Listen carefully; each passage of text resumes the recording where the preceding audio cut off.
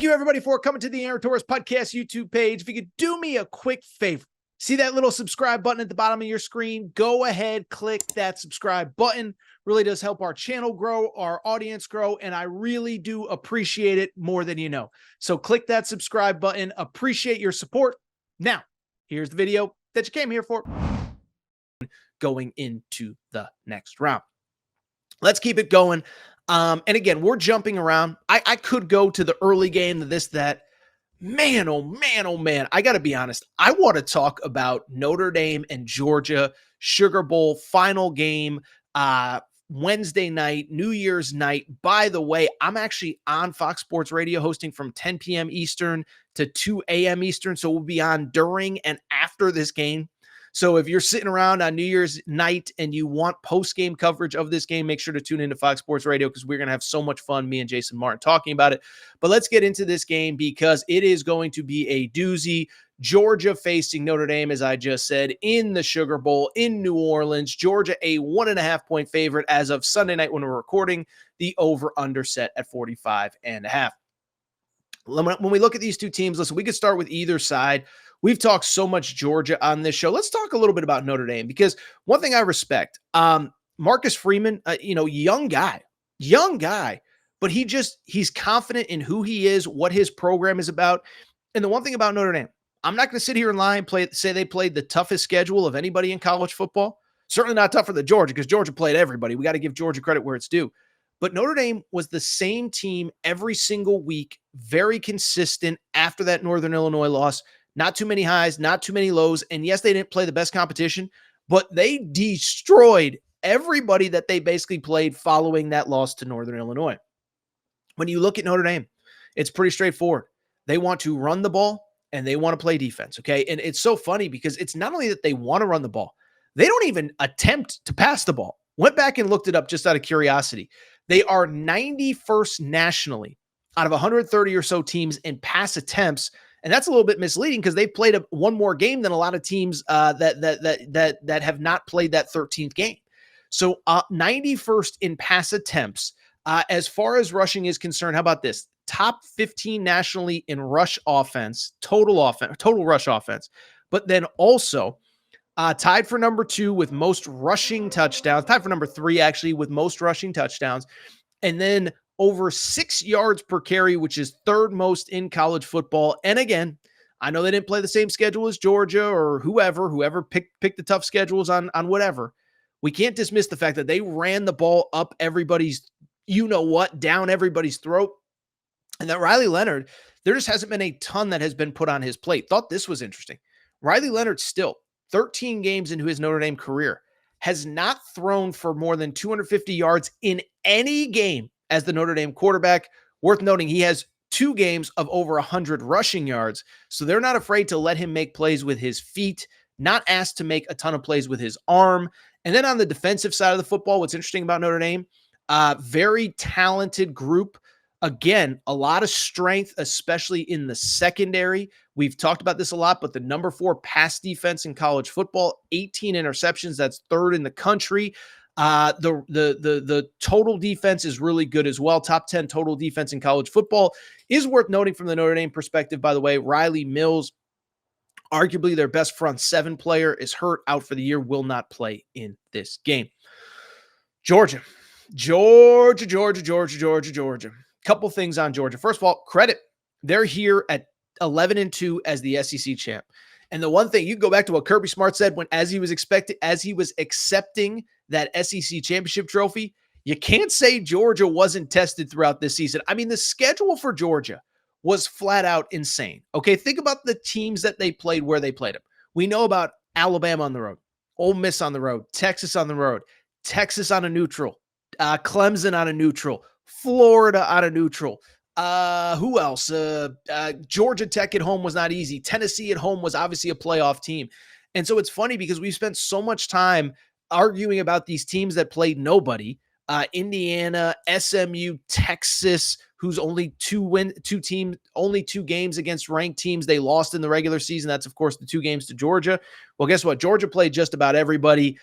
They earned that bye, as Kirby Smart said, after the SEC championship game. But now we're entering a new reality, right? because as everybody knows, the big story coming into this one is the quarterback situation for Georgia. Carson Beck is out for this game. Carson Beck is out for the season. Carson Beck's Georgia career is done. I'm recording here on Sunday night, and on Saturday, Carson Beck announced, I'm going pro. I am done as a Georgia Bulldog, want to support my teammates, but I am moving on to the next level. So that obviously sets up a situation where Gunnar Stockton is coming into this game.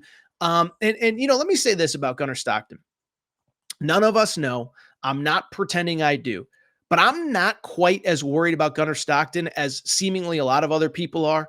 Was good in the SEC championship game against a great Texas secondary, 12 of 16 passing, 71 yards. I know that's not a barometer for, being able to win 3 games and win a national championship, but he's also a former, high 4-star, low 5-star. He has been at Georgia for 3 years. This isn't like, I'm just trying to think of an example. If, whoever, I can't think of a team in this play. If Will Howard got hurt and maybe Ohio State had to go to a true freshman and Julian Sayin or whatever. I know Devin Brown's technically the backup, but you get the point. Is that this isn't a guy that has never played high-level college football. He's not a true freshman. He's been there 3 years. So I'm not as worried as everybody else is. But I'll also say this. I think Georgia's maybe a little bit more of a flawed team than a lot of people really kind of realize. And I think this is something that we all do. And so I'm not sitting here saying that you're wrong or I'm wrong or anybody's wrong for doing this. But the truth is that I think we're all guilty of, kind of basically kind of like always kind of using the most recent thing that we saw as kind of a barometer for, oh, that's how things have always been. And that's just not the case with Georgia. What I mean by that is Georgia was phenomenal against Texas. They were incredible in that SEC championship game.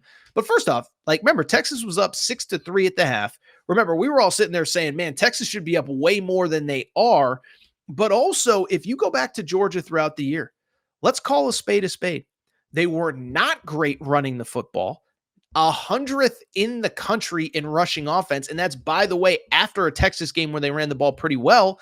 And they were good, but I wouldn't say that they were necessarily elite in terms of stopping the run either, at least by Georgia standards. 35th in the country in rush defense. That's not terrible, but it's not elite either. And so when I look at this game, I'll be honest, I picked the upset in the Rose Bowl. I'm picking the outright upset for Notre Dame to win and Notre Dame to cover in this game. I like Notre Dame to win in New Orleans. And to me, I think there's a couple things. I think one, styles make fights. And I think two, Notre Dame's strengths kind of go up against Georgia's weaknesses, and Georgia's weaknesses go up against Notre Dame's weaknesses, and Georgia's strengths go up against Georgia's strength.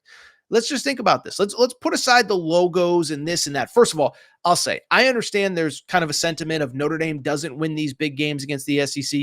Listen, for the most part, the last couple of years, really since Brian Kelly got it rolling about 7-8 years ago, the only teams they really lose to are Georgia, Clemson, whoever. They've taken a couple weird losses under Marcus Freeman, but listen, they got dudes that could play on Georgia. They got dudes that could play on Alabama, et cetera, okay? So that's one. But two, let's just talk this out, okay? So Georgia has a quarterback that's making his first career start. Now, I'm not as worried as maybe a lot of people. I don't think it's going to be an abomination. But this secondary is special. Like I said, number 4 pass defense in college football. Number 3 in total interceptions on the year. I mean, that is probably Notre Dame's strength, is forcing turnovers, especially in the secondary. This is a team that on the season has forced 29 total turnovers, including 18 interceptions in 13 games. They basically force 1 interception plus a game against competition, like, no disrespect, but, Gunnar Stockton is making his first career start. So there's that. There's the fact that Notre Dame's, obviously dealing with some injuries in the front 7. Georgia doesn't run the football that well. And then for the counter to that, Georgia's pretty good stopping the run, but have they been elite? I don't think so. Not this season. They were great against Texas, but there were plenty of other games where people were able to run the football on them. Kentucky was able to run the football on them.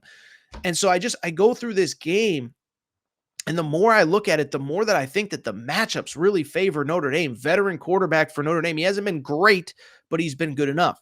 I do expect it to be low scoring. I think the under is very much in play at 46.5. And I do think it's a field goal game. I want to make that clear. I don't think this is Notre Dame 28, Georgia 3. But do I think it's Notre Dame 24, Georgia 21? Notre Dame 22, Georgia 19? Yeah, I do. And so listen, it's going to be a great game. Again, I'll be on Fox Sports Radio. Again, make sure you're following our YouTube channel, College Football Betting with Aaron Torres, youtube.com/college football betting. But I do like Notre Dame to win this game. Obviously, that would mean a cover. Go ahead, give me the Irish. So I have upsets in the Rose Bowl and the Sugar Bowl, as I have Oregon and Notre Dame winning those two games.